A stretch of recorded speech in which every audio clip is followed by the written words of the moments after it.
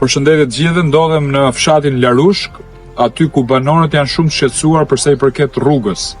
Një rrugë e cila ndodhet pikërisht në këtë gjendje, në të gjithë gjatësinë e saj, janë treguar selektiv, kanë shtruar vetëm një pjesë të rrugës, ndërsa pjesën tjetër, si majta si djathtas, e kanë lënë pa shtruar.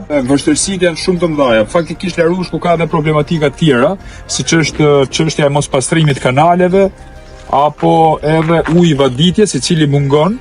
Është një zonë që merret përgjithsisht me punët e fshatit. Këto janë shqetësimet kryesore, ndërkohë kjo rrugë ka mbetur pikërisht e tillë.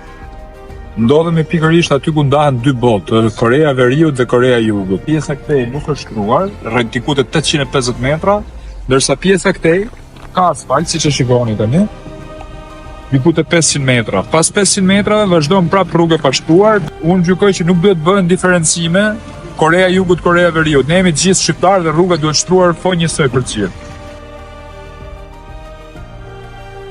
Një nga problematikat e tjera që ka zona e Larushkut është pikërisht shkuarja e fëmijëve në shkollë.